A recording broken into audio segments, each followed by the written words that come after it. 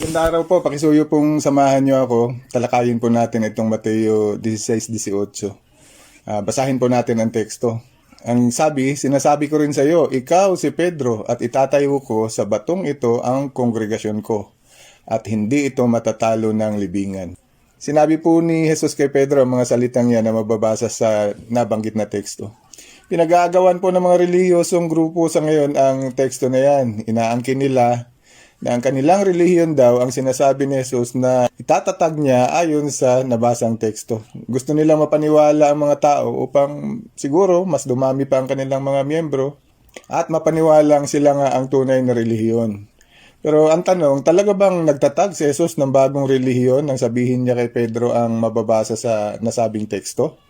Ang sagot, hindi po nagtatag si Jesus ng bagong relihiyon ng pagkakataon na yon nang sabihin niya kay Pedro ang nabasang teksto. Si Jesus po kasi ang pinakaunang saksi ni Jehovah at yun po ang relihiyon ni Jesus ayon sa Apokalipsis 1:5.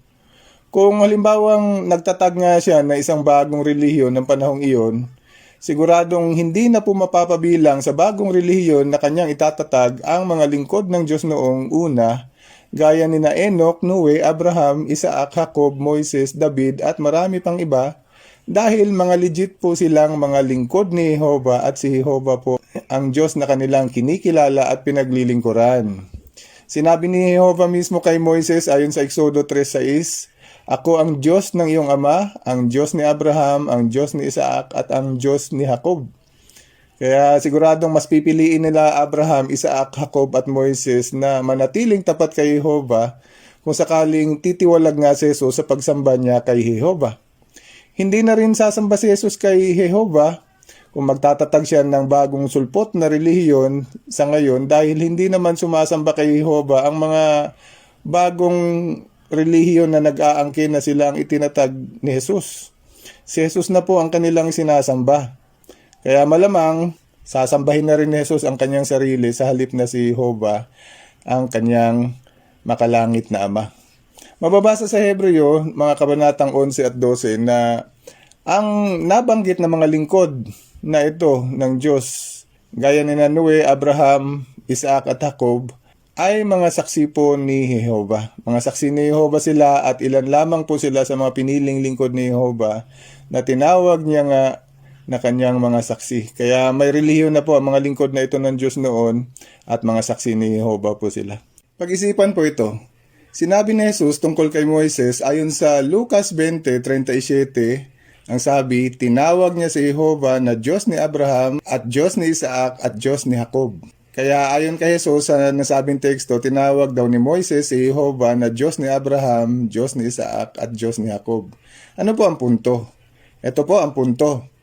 Bakit naman gagawing referensya ni Jesus ang apat na patriarka na sina Abraham, Isaac, Jacob at Moises kung iba na pala ang relihiyon niya sa apat na mga nabanggit? Bakit niya pa babanggitin si Jehovah na Diyos ng apat na patriarka kung si Jesus na pala ang bagong Diyos na dapat sambahin gaya na sinasabi ng mga relihiyosong grupo na nag-aangkin na kanyang itinatag? Ang pinakaunang relihiyon sa buong universo ay ang mga saksi ni Jehovah at si Jesus po ang sinasabing panganay sa lahat ng nilalang ng Diyos ay ang pinakaunang saksi ni Jehovah ayon naman sa Apokalipsis 3:14. Kaya maunawa ang kahit si Jesus mismo ay may relihiyon na rin simula pa lang ng pagkakalalang sa kanya sa langit pa lang. Kaya malabo pong mangyaring titiwalag siya sa kanyang nakamulatang relihiyon dahil sinasabi nga ng teksto na si Jesus ay ang saksing tapat at totoo. Kaya loyal po si Jesus sa kanyang pagiging saksi ni Jehovah at loyal po siya sa kanyang ama na si Jehovah. At dahil nga siya ang pinakaunang sumamba sa kanyang ama na si Jehovah, kaya sa diwa masasabing si Jesus po ang nagtatag ng pinakaunang tunay na relihiyon ng mga saksi ni Jehovah. Ang tunay na relihiyon ay walang ibang sinasamba ayon kay Jesus mismo sa Juan 4:22-24, kundi si Jehovah lamang. At inamin mismo ni Jesus sa talatang 22 ang nabanggit na teksto na isa nga siya sa mga sumasamba sa kanyang Diyos at Ama na si Jehovah. Kaya paano masasabing nagtatag si Jesus na isang bagong relihiyon na si Jesus din naman mismo ang sinasamba Gayong si Jesus mismo ay isang tapat na mananamba ng kanyang Ama. Opo, ang mga relihiyong nag-aangkin na itinatag daw ni Jesus ay si Jesus mismo ang sinasamba. Kaya kung sasambahin ni Jesus ang sarili niya, hindi na po siya matatawag na saksing tapat at totoo. Pero sinabi niya mismo sa Mateo 4:10, si Jehovah na iyong Diyos ang dapat mong sambahin at siya lamang ang dapat mong paglingkuran. Galing po yan mismo sa bibig ni Jesus. Kaya malinaw, isang ang tapat na saksi ni Jehovah si Jesus. At siguradong hindi rin naman siya nagtatag ng sekta ng mga saksi ni Jehovah dahil wala pong sekta ang mga saksi ni Jehovah. Maliwanag naman sa sinabi ni Jesus kay Pedro na ang itinatag niya ay ang kanyang kongregasyon at hindi po bagong sekta o bagong relihiyon. Pero ano po ba ang kongregasyon? Ang kongregasyon, bagaman bahagi din naman ng tunay na relihiyon na itinatag ni Jesus, ay tumutukoy lamang po sa grupo ng mga mananamba na may espesyal at espesipikong mga gawain sa loob ng organisasyon ng Diyos. Gaya din naman noon ng panahon ng mga Israelita na may grupo din naman ng mga lingkod ng Diyos na naglilingkod sa Kanya bilang mga saserdote, mga propeta at iba pa na naglilingkod kay Jehovah sa naiibang espesyal na mga pribilehiyo. Mababasa sa Efeso 4:11, ang sabi, ang ilan sa mga taong ibinigay niya ay inatasan niya bilang apostol, ang ilan ay mga propeta, ang ilan bilang ebanghelisador at ang ilan bilang pastol at guro. Kaya yun po ang iilan lamang sa mga espesyal na pribilehiyo na meron sa loob ng tunay na relihiyon, sa loob ng organisasyon ng Diyos. Sino po kung gayon ang kongregasyong tinutukoy ni Jesus na kanyang itinatag at kailan nangyari ang opisyal na pagkakatatag ng kongregasyon ni Jesus? Kung babalikan po natin ang teksto sa Mateo 16:18, sinabi po ni Jesus kay Pedro na itatayo ko sa batong ito ang kongregasyon ko. Nagpapakitang nung panahon na nag-usap si Pedro at si Jesus, panghinaharap o future tense pa po ang tinutukoy ni Jesus na magiging panahon kung saan itatatag niya ang kanyang kongregasyon. O para mas maunawaan po natin, basahin po natin ang mga pangyayari matapos buhayin muli ng Diyos si Jesus. Basahin po natin ang Gawa 2:32 at 33. Ito po ang sabi, binuhay muli ng Diyos si Jesus at saksi kaming lahat dito. At dahil itinaas na siya sa kanan ng Diyos at tinanggap niya ang banal na Espiritu na ipinangako ng Ama, ibinuhos niya iyon sa amin gaya ng nakikita ninyo at naririnig. Kaya yun po ang sabi ng mga lingkod ni Jesus. Binuhos daw sa kanila ang banal na Espiritu ng Diyos na ibinigay naman ng Diyos kay Jesus. Kaya nangyari po ang pagkakatatag ng kongregasyon ni Jesus nang buhayin siyang muli ni Jehovah, pinaupo siya sa kanyang kanan at ipinagkaloob sa kanya ang ipinangakong patnubay ng banal na Espiritu ng Diyos. Nangyari po ang lahat ng iyon nang ibuhos ni Jesus sa kanyang 120 mga alagad sa lupa ang Espiritong ipinagkaloob ni Jehovah sa kanya noong Pentecostes 33 CE. 3,000 pa po ang nadagdag sa kanilang bilang bumubuo ng bagong pinahiran sa Espiritong Kristiyanong kongregasyon. At lumagana po ang Kristyanismo sa iba pang mga lupain, kaya may nabuo ding mga kongregasyon sa ibang mga lugar gaya ng Corinto, Filipos, Efeso at iba pa. At lahat po ng mga lingkod na nasama sa pagbuhos ni Jesus sa banal na Espiritu ng Diyos at nang maglaon pa ay naging bahagi po ng kongregasyon ng mga pinahiran ng banal na Espiritu ng Diyos. Kaya yun po ang ipinangako ni Jesus kay Pedro at sa iba pang mga alagad na kanyang itatatag na kongregasyon. Bagaman dumami pa nga ang bilang ng mga pinahirang Kristiyano, sinasabi naman na Apokalipsis 14:1-3 na may takdang limitadong bilang lang ang dami ng mga lingkod na ito ng Diyos na kailangang buuhin.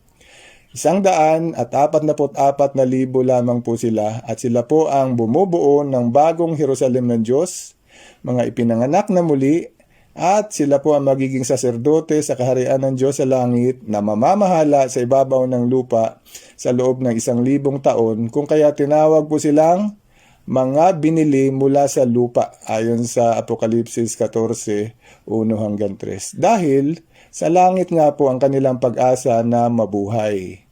At ang dugo po ni Jesus ang pinambayad ni Jehovah sa kanilang pagkakabili mula sa lupa at sa pagkakaalipin mula sa kasalanan at kamatayan. Kaya sila po ang pinangakuan ng Diyos na magkakaroon ng immortal at walang kasiraan na buhay sa langit.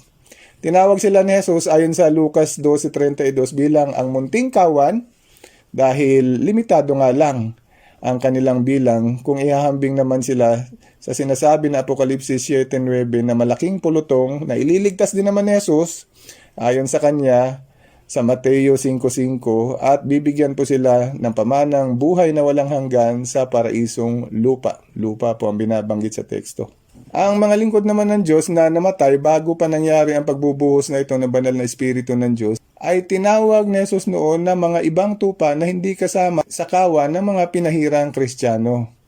Sinabi ni Jesus sa Juan 16, at mayroon akong ibang mga tupa na hindi sa kulungang ito. Kailangan ko rin silang akayin at makikinig sila sa tinig ko at sila ay magiging isang kawan sa ilalim ng iisang pastol.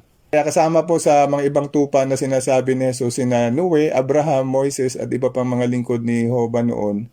Bago pa bumaba si Jesus sa lupa, yamang sinabi ni Jehovah ayon sa Colosas 1:16 na ang lahat ng iba pang bagay ay nilalang sa pamamagitan niya at para sa kanya. Kaya para kay Jesus po ang lahat ng mga lingkod ni Jehovah. At pag-aari na rin ni Jesus ang mga nasabing lingkod ng Diyos na iyon kahit hindi pa po sila napasama sa mga binili ng dugo ni Jesus. Pero kasama po sila sa mga tinubos naman ng dugo ni Jesus upang magkaroon ng buhay na walang hanggan. Kaya meron pong pagkakaiba pag sinabing binili ng dugo ni Jesus at ang tinubos ng dugo ni Jesus. Siyempre, kasama po sa tinubos pa rin ang mga pinahiran, pero sila lamang po ang sinasabing binili ng dugo ni Jesus dahil sila lamang po ang aakyat sa langit. Kaya po sinabing binili sila mula sa lupa. At siyempre, dahil 144,000 nga lang ang kailangang mabuo upang maging miyembro ng mga pinahirang Kristiyano, ang karamihan sa mga Kristiyano pa rin na lingkod ni Jesus noon at sa kasalukuyan ay magiging bahagi na po ng mga ibang tupa ng malaking pulutong na mabubuhay sa hinaharap sa nilinis na paraisong lupa at hindi na rin sila magkakasakit, hindi na rin sila tatanda at hindi na rin sila mamamatay kaya may buhay na walang hanggan din po sila. Ang malaking pulutong na mabubuhay sa paraisong lupa sa hinaharap, sila naman po ang pangangasiwaan ng mga pinahirang Kristiyano na mabubuhay sa langit bilang mga hari at saserdoteng kasama ni Jesus sa kanyang pamamahala sa kaharian ng Diyos. Malabo rin po ang ginagawang pag-aangkin ng mga relihiyon na ito na sila ang relihiyon na itinatag ni Jesus, yamang hindi po nakikisangkot sa politika si Jesus at ang kanyang mga tagasunod. At hindi rin sila nagturo ng mga huwad na doktrina gaya ng walang hanggang pagpapahirap ng Diyos ng mga tao sa impyerno. Hindi din nagturo si Jesus ng pakikialam sa mga digmaan. At higit sa lahat, makikilala daw ng lahat ang kanyang tunay na mga tagasunod sa pamamagitan ng kanilang mga bunga. Ano po ang bunga? Mabuting bunga ang sabi ni Jesus ayon sa Mateo 7:17 at 18. Siya daw kasi ang mabuting puno at inaasahan niya ang tunay na mga tagasunod niya ay dapat na umiwas sa mga huwad na turo gaya ng mga nabanggit na at nagtataguyod din naman ng malinis na pagsamba kay Jehovah lamang. Umiiwas din sa mga bisyo, ang tunay na mga lingkod ng Diyos gaya ng paggamit ng droga at ng tabako at ng iba pang nakaka-addict na mga substansya, kung papaanong dapat silang umiwas sa politika at digmaan. At syempre, nangangaral din ng mabuting balita ng kaharian ng Diyos sa buong tinatahan ng lupa ang tunay na mga alagad ni Jesus, gaya ng iniutos niya mismo sa Mateo 24:14.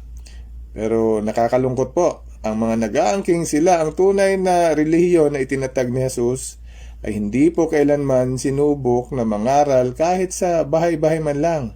Pero ang tunay na relihiyon, ang mga saksi ni Jehovah, ay nagagampanan po ang lahat ng mga inaasahan ni Jesus sa kanila. Nakita po sa kanila ang mabuting bunga na inaasahan ni Jesus.